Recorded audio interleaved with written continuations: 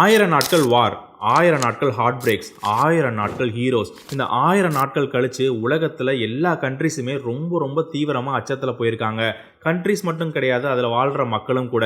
நான் பாட்டுக்கு ஓரமாக தானே இருந்தேன், என்ன ஏன்டா வாழை இழுத்தீங்க அப்படின்னு நினைப்பாங்க. இது வேர்ல்டு வார் 3. வேர்ல்டு வார்னு வந்துட்டா எல்லா கண்ட்ரிஸுமே ஏதாவது ஒரு இடத்துல பார்ட்டிசிபேட் பண்ணி தான் ஆகணும்.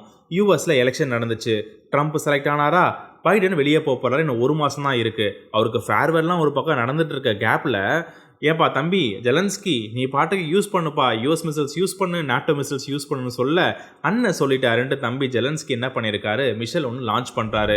அதுக்கு பங்காளி ரஷ்யா என்ன பண்ணியிருக்காங்க, நீ மட்டும் தான் மிஷல் லான்ச் பண்ணுவியா, நானும் ஒரு பெரிய மிஷல் லான்ச் பண்ணுவேன் அப்படின்னு சொல்ல, அந்த ஒரு தருணம் தான் அவர் வார் வரும் அப்படின்னு ஒரு ஹிண்ட்டும் கொடுத்துருக்காரு. அந்த ஒரு தருணத்தில் உலகமே இப்போ நடுங்கி போய் கிடக்குது. நான் இந்த வாரை பற்றியோ இந்த மிசைல் பற்றியோ எப்படி வார் நடந்துச்சு, என்ன ஆக போகுது அதை பற்றி பேச வரல. அங்கே மக்களோட நிலைமை என்ன, கண்ட்ரீஸ் என்னென்ன சொல்கிறாங்க, மக்கள்கிட்ட எப்படி தயாராக சொல்கிறாங்க, இதை பற்றி தான் கொஞ்சம் ப்ரீஃபாக இந்த எபிசோடில் நம்ம பார்க்க போகிறோம். ஒரு சில கண்ட்ரீஸ்லாம் வாருக்கு ப்ரிப்பேர் ஆகாமல் அது வரட்டும் அப்போ பார்த்துக்கலாம், வந்ததுக்கப்புறம் பார்த்துக்கலாம் அப்படிங்கிற நிலப்போக்கு இருக்குது. அதை தவிர அதை தாண்டி ஒரு சில கண்ட்ரீஸ்லாம் பார்த்தீங்கன்னா, இந்த ரஷ்யா பக்கத்தில் இந்த மேப்பில் பார்த்தீங்கன்னா ஃபின்லாண்ட், ஸ்வீடன், டென்மார்க், இந்த நார்வே, இவங்கெல்லாம் பார்த்தீங்கன்னா ரொம்ப ரொம்ப வாருக்கு ப்ரிப்பேர் ஆகிட்டு இருக்காங்க. அவங்க சிட்டிசன்ஸையும் வாருக்கு ப்ரிப்பேர் ஆக சொல்லியிருக்காங்க. இதே பக்கத்தில் பார்த்தீங்கன்னா இதே மேப்பில் கசகஸ்தான் இருக்குது, இங்கே சைனா இருக்குது, இங்கே பெலாரஸ் இருக்குது. இந்த கண்ட்ரிஸ்லாம் என்ன பிரச்சனை, ஏன் அவங்களாம் வாருக்கு ப்ரிப்பேர் ஆக சொல்ல, அது வேற கதை, அது அப்புறமேல் பார்க்கலாம். அப்படி என்ன சொல்லியிருக்காங்க சிட்டிசன்ஸ்க்கு, அதில் மொதல் கண்ட்ரி ஸ்வீடன். ஸ்வீடன் எல்லா வீட்டுக்கும் போனீங்க அப்படின்னா ஒரு திக் எல்லோ கலரில் ஒரு புக்கு இருக்கும். ஒரு நெருக்கடி வந்தாலோ வார் வந்தாலோ அந்த புக்கை யூஸ் பண்ணிக்கோங்க அப்படின்ட்டு. 1961 வேர்ல்டு வார் 2 வரும்போது இதே மாதிரி ஒரு பேம்ப்லெட்டு ஸ்வீடன் கண்ட்ரி ரிலீஸ் பண்ணாங்க, எல்லா மக்களுக்கும் கொடுத்தாங்க. அதுக்கப்புறம் 2018 கோல்டு வார் வரும்போது கொடுத்தாங்க. இப்போ 2024 அப்டேட் பண்ணி இதை கொடுத்துருக்காங்க. இந்த புக்கில் அப்படி என்ன இருக்கும் அப்படின்னு பார்த்தீங்கன்னா, ஒரு பாம்பு விழுந்தாலோ, அது பாம்பு மட்டும் கிடையாது, சைபர் அட்டாக் வரலாம், பயோ அட்டாக் வரலாம், எல்லாத்துக்குமே கைட்லைன்ஸ் கொடுத்துருக்காங்க. ஒரு பாம்பு வந்தால் நம்மளை எப்படி பார்த்துக்கணும், ரத்தம் வந்தால் எப்படி அதை தடுக்கணும், அடிப்பட்டா எப்படி நம்மளை பார்த்துக்கிறது. அது மட்டும் இல்லை, வீட்டில் ஈஸி டு குக் ஃபுட், ஈஸியாக தயாரிக்கிற ஃபுட்டு, வீட்லேயே ஃப்ரூட்ஸு வெஜிடபிள்லாம் வளர்க்க ஆரம்பிங்க, தண்ணியை ஸ்டாக் பண்ணுங்கள், மெடிசனை ஸ்டாக் பண்ணுங்கள். இந்த மாதிரி ஏகப்பட்ட விஷயங்கள் கொடுத்துருக்காங்க.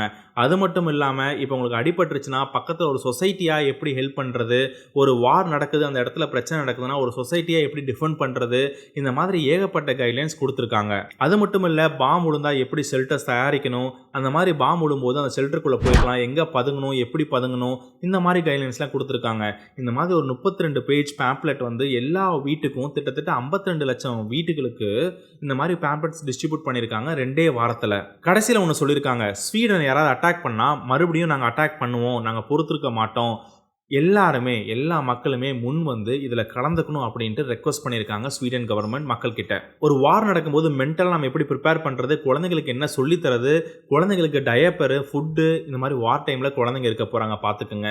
இந்த மாதிரி சுச்சுவேஷன்லாம் சொல்லி தந்திருக்காங்க.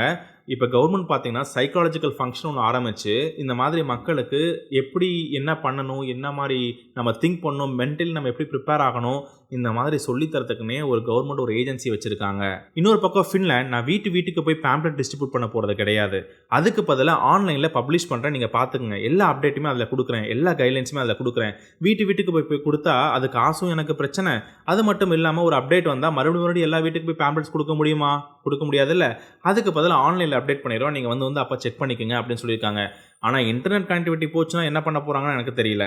அவங்களும் இதே தான் சொல்கிறாங்க, நம்ம கண்ட்ரிக்கு வார்னு வந்துட்டா எல்லாருமே கலந்துக்கணும், இது ஒரு கவர்மெண்ட்டோ இல்லை மிலிட்ரியோட ஃபோர்ஸோட ரெஸ்பான்சிபிலிட்டி மட்டும் கிடையாது, ஒவ்வொரு சிட்டிசன் ஒவ்வொரு குடிமக்களோட ஒரு ஆப்ளிகேஷன் அப்படின்னே சொல்கிறாங்க. ஃபின்லாண்டு பார்த்தீங்கன்னா 1340 கிலோமீட்டர் ரஷ்யாவோட பார்டரில் இருக்குது. ஸோ இந்த கண்ட்ரி தான் இருக்குல்லே ரொம்ப ஹை அலர்ட்டாக இருக்காங்க ஃபின்லாண்டில். ஸ்வீடன் பார்த்தாச்சு, ஃபின்லாண்ட் பார்த்தாச்சு, இப்போ நார்வே என்ன சொல்லியிருக்காங்கன்னு பார்த்தீங்கன்னா, நீங்களே மக்களே ஒரு வாரம் தயாராகிக்குங்க, வார் வந்தால் எல்லாருமே கவர்மெண்ட் வந்து எல்லாத்துக்கும் ஹெல்ப் பண்ணிட்டு இருக்க முடியாது at the same time. So அதனால் நீங்களே ஒரு வாரம் நீங்களே உங்களை பார்த்துக்கிற மாதிரி தயாராகிக்குங்க, எங்கே தேவையோ எங்கே முக்கியமாக தேவையோ அங்கே மட்டும்தான் கவர்மெண்ட் கான்சன்ட்ரேட் பண்ணும், ஃபோக்கஸ் பண்ணும், எல்லாத்தையும் பார்த்துக்க முடியாது. இவங்களும் என்ன சொல்லியிருக்காங்கன்னு பார்த்தீங்கன்னா, போதிய சாப்பாடு, energy bars, pasta, medicine details, முக்கியமாக அயோடின் டேப்லெட்ஸ் இதெல்லாம் எடுத்து வச்சுக்கோங்க அப்படின்னு சொல்லியிருக்காங்க. இவங்களும் கிட்டத்தட்ட 20 லட்சம் மக்கள் வீட்டுக்கு போயிட்டு இந்த மாதிரி பேம்ப்லெட்ஸ்லாம் கொடுத்துட்டு வந்துட்டு இருக்காங்க நார்வேல. அதே மாதிரி டென்மார்க்கில் என்ன சொல்லியிருக்காங்க, 3 நாளைக்கு நீங்களே உங்களை பார்த்துக்கங்க, நாங்கள் உங்களை ஹெல்ப் பண்ண முடியாது, எல்லாரும் ஒரு பயங்கரமான சூழ்நிலை இருப்போம், முக்கியமாக தயாராகிக்குங்க அப்படின்னு டென்மார்க்கில் சொல்லியிருக்காங்க. ஸ்வீடனு, ஃபின்லாண்டு, நார்வே, டென்மார்க் இவங்க எல்லாமே சொல்லியிருக்காங்க. ஒரு பக்கம் Germany, operation plan, the secret operation plan பண்ணிட்டு இருக்காங்க. இந்த அயோடின் டேப்லெட் எதுக்கு எடுத்துக்க சொல்றாங்கன்னா, மிசைல் லான்ச் ஆனதுக்கு அப்புறம் ஒரு ரேடியோ ஆக்டிவ் எலிமெண்ட்ஸ் வெளியே வரும். அந்த கேஸ் வந்து ரொம்ப வந்து நம்ம தைராய்டுக்கு வந்து கேன்சர் வர சான்ஸ் இருக்கு. அந்த அயோடினை அப்சர்வ் பண்றதுக்காக இந்த டேப்லெட்.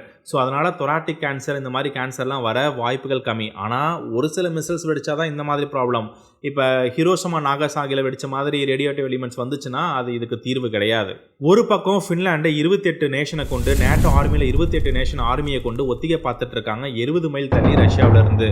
இன்னொரு பக்கம் ஜெர்மனி த சீக்ரெட் பிளான் ஒன்று லான்ச் பண்ணி, அதாவது நேட்டோ ஆர்மியில் இருக்கிற பீப்புளுக்கு பதுக்கிறதுக்கு இடம் மற்றும் சாப்பாடு அரேஞ்ச் பண்ணுறதுக்கு பார்த்துட்டு இருக்காங்க. இன்னொரு பக்கம் யுக்ரைன் வந்து மிசைல் லான்ச் பண்ணது ரஷ்யா மேலே. இன்னொரு பக்கம் ரஷ்யா பெரிய மிசைல் லான்ச் பண்ணது யுக்ரைன் மேலே. இன்னொரு பக்கம் பைடன் வந்து நீ யூஸ் பண்ணிக்க பரவாயில்ல என்னோட மிசைல் அப்படின்னு சொல்கிறாரு தம்பிக்கிட்ட. இன்னொரு பக்கம் இந்தியா சைனா என்ன பண்ணிட்டு இருக்கு. ஒரு சில இடத்துல என்ன கேள்விப்பட்டேன் அப்படின்னா, சைனா வந்து பார்த்தீங்கன்னா அந்த 2012 படத்தில் பார்த்தீங்கன்னா உள்ள கடலுக்கடியே ஒரு பெரிய ஷிப் மாதிரி வச்சு என்னமே அஃபெக்ட் ஆகாது அந்த மாதிரி ஒரு ஷிப் இருக்கும், அதில் எல்லாருமே போய் இருந்துக்கலாம், அந்த மாதிரி விஷயங்கள் பண்ணிட்டு இருக்காங்கன்னு கேள்விப்பட்டோம். இன்னொரு பக்கம் இந்தியா மிஷன் லான்ச் பண்ணி அவங்களும் டெஸ்ட் பண்ணிட்டு இருக்காங்க ஒரு நியூஸை பார்க்க முடியுது. இந்த மாதிரி ஒவ்வொரு கண்ட்ரியும் தன் வாருக்கு தன் மக்களையும் அந்த கண்ட்ரிஸும் ப்ரிப்பேர் ஆகிட்டு இருக்காங்க. உங்ககிட்ட ஒரு 2 கொஷின் கேட்குறேன். அதாவது இந்த வேர்ல்டு வாரை எப்படி பார்க்குறீங்க? இது 2 கண்ட்ரிஸுக்கு உள்ள ஒரு ஈகோ வாரா, இல்லை ஒரு நிஜமாலுமே ஃப்ரீடமுக்காக ஃபைட் பண்ணுறாங்களா? ஜெலன்சிக்கும் புட்டினுக்கும் உள்ள ஈகோ வார்னால இவ்வளோ பெரிய பிரச்சனை நடக்குதா, இல்லை உண்மையாலுமே இது வந்து ஒரு ஃப்ரீடமுக்காக ஃபைட் பண்ணுறாங்களா? இன்னொரு பக்கம் சிட்டிசன்ஸ்லாம் வந்து ப்ரிப்பேர் ஆகிட்டு இருக்காங்க. கண்ட்ரிஸ் அண்ட் சிட்டிசன்ஸுக்கு எல்லாமே சொல்லி கொடுத்துட்ருக்காங்க. நம்ம இந்தியாவும் ஒரு வேர்ல்டு வார்னு வந்துச்சுன்னா எல்லா கண்ட்ரியும் ஏதோ ஒரு இடத்துல பார்ட்டிசிபேட் பண்ணணும்.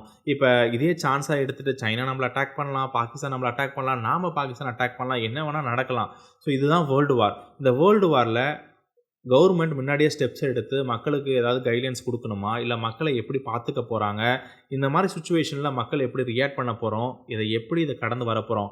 ஆல்ரெடி ஒரு கோவிட் சினாரியோ வந்து ஏகப்பட்ட பேர்த்துக்கு இம்பேக்ட் ஆச்சு, லைஃப் இம்பேக்ட் ஆச்சு, பிஸ்னஸ் இம்பேக்ட் ஆச்சு, வேலை இம்பேக்ட் ஆச்சு. இப்போ அதுக்கப்புறம் ரஷ்யா யுக்ரைன் வாரில் ஏகப்பட்ட விஷயங்கள் மறுபடியும் தள்ளி போட்டுச்சு. மறுபடியும் ஒரு வேர்ல்டு வார்னு வந்துச்சுன்னா எல்லாத்தோட லைஃப்பும் என்ன ஆக போகுது? இது ஒரு பயங்கரமான ஹை எஸ்கலேஷன் சுச்சுவேஷன். எல்லாரும் பார்த்து பத்திரமா இருந்துக்குங்க.